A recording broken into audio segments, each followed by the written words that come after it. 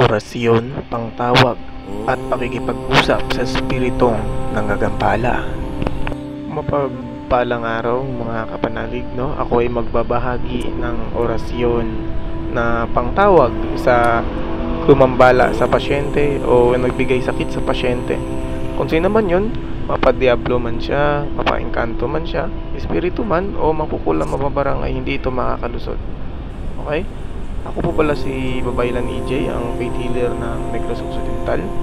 Kung bago ka pa lang sa channel na ito, ay mag-subscribe ka na. Nasa ganyan ay palagi kang updated sa ating mga bagong upload na video. Okay, bago ang lahat ay mag-disclaimer muna tayo. Disclaimer: no copyright infringement intended. I do not own the music or some photo of this video. They belong to the rightful owner. Bago natin ibahagi ang orasyon na ibabahagi natin ngayon, ay gusto ko mapanood nyo muna yung video na ito. Panoorin natin.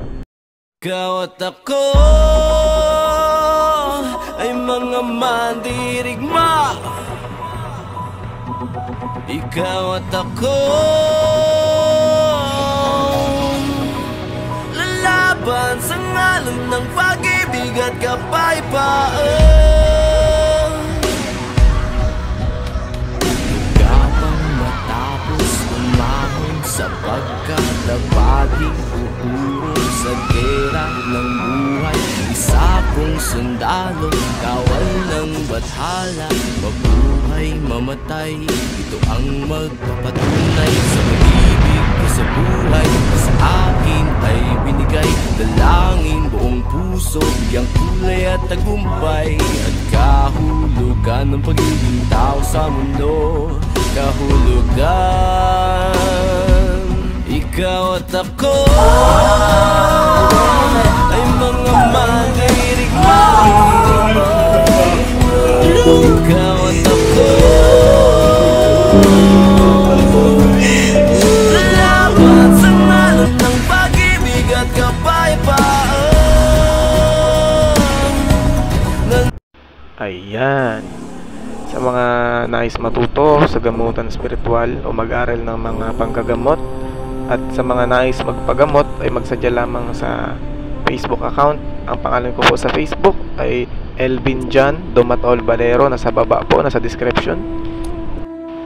Okay, so balik na po tayo sa ating topic kanina, kung paano nga ba makipag-usap o tawagin ang gumambala sa ating pasyente. Uulitin ko sa mga bogohan dyan sa mundo ng spiritual ay wag na wag po ninyo itong gagamitin agad-agad kapag hindi pa ninyo kabisado ang buong proseso ng exorcism. Okay? Para po walang mapahamak na kahit sino man dyan, mapabata, matanda, payat o mataba. Basta ito po ay doble ingatan at hindi basta-basta gagamitin agad-agad. Kahit practice o susubukan, wag po. Basta hindi po ninyo kabisado ang proseso ng exorcism. Kaya naman, hindi na natin patatagalin ito. Tara, simulan na natin. Ito ang orasyon pangtawag sa espiritong gumagambala at pakikipag-usap.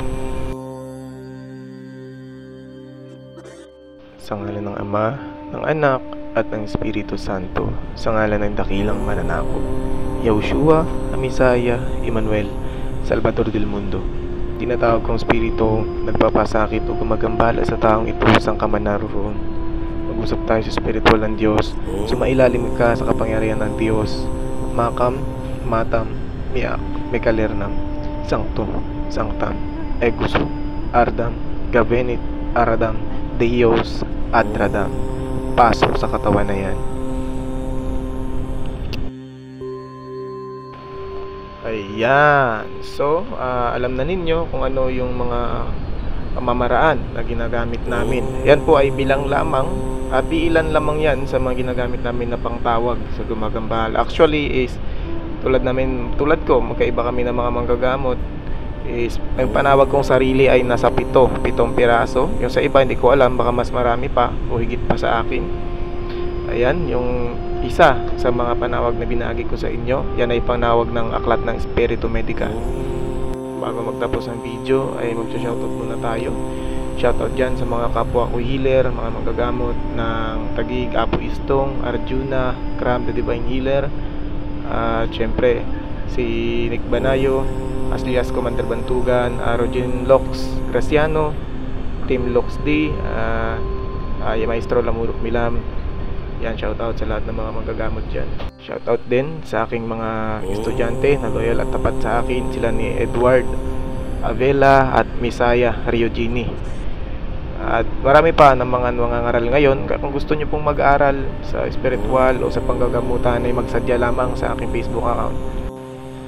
Sa mga nais magpa-shoutout dyan, sa mga masusugid na taga-subaybay ng Babaylan ni EJ Faith Healer, ay mag-comment lamang sa ibaba at kayo po ay atin i-shoutout sa susunod natin na mga video. Lahat po na magko-comment ay sa shoutout natin yan. Okay, ganun po tayo, hindi po tayo snubber. Thank you muli, mapagpalang hapon at maraming salamat.